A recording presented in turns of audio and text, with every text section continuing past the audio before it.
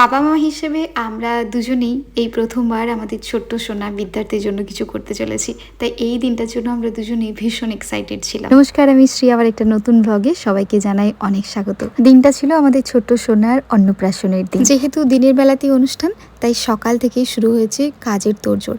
একবার প্যান্ডেলটাতে এসে দেখলাম যে সমস্ত কাজ শেষ হয়েছে কিনা।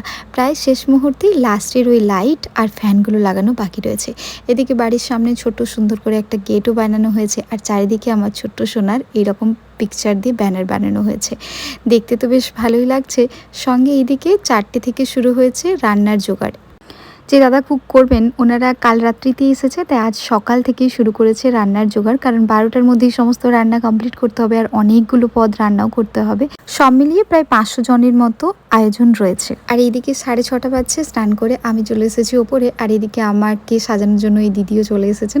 আমি প্রথমবার কোনো ফ্যামিলি অনুষ্ঠানে মেকআপ করব, তাই একটু কনসার্ন রয়েছে যে ঠিক আমাকে কেমন লাগবে। সঙ্গে অবশ্যই বেশ এক্সাইটেডও নিজেকে অন্যভাবে দেখার জন্য। এদিকে ব্যান্ড পাঠিয়ে চলে এসেছে, আর এই যে দিদি উনি সাজাতে এসেছেন পাঁচখড়ি থেকে। চন্দ্রকোনার আশেপাশে কেউ থাকলে আমি ওনার কন্ট্যাক্ট নাম্বার দিয়ে দেবো, কন্ট্যাক্ট করে নিতে পারো।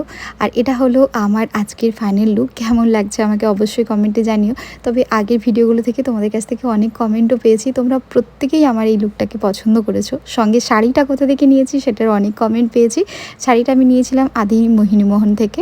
একটার পর একটা রিচুয়াল শেষ হলো, সঙ্গে ছোট্ট সোনার মুখে ভাত হলো। সব কিছুর পর আমরা চলে এসেছিলাম লাঞ্চ করতে। মেনুতে ছিল চিকেন পকোড়া, কাশ্মীরি পোলাও, চিকেন কষা, ভাত, ডাল, মাছ, মাটন। সঙ্গে ছিল এঁচড় চিংড়ি, পায়েস, দই, মিষ্টি, আইসক্রিম, যা যেমন থাকে। আমি বা তন্ময় দুজনেই প্রথম দিন থেকেই ভেবেছিলাম অন্নপ্রাশনের দিন ওকে কৃষ্ণা লুকে সাজাবো, আর সেরকমই ওর গেট আপটা হয়েছিল। কেমন লাগছে ওকে অবশ্যই জানিও।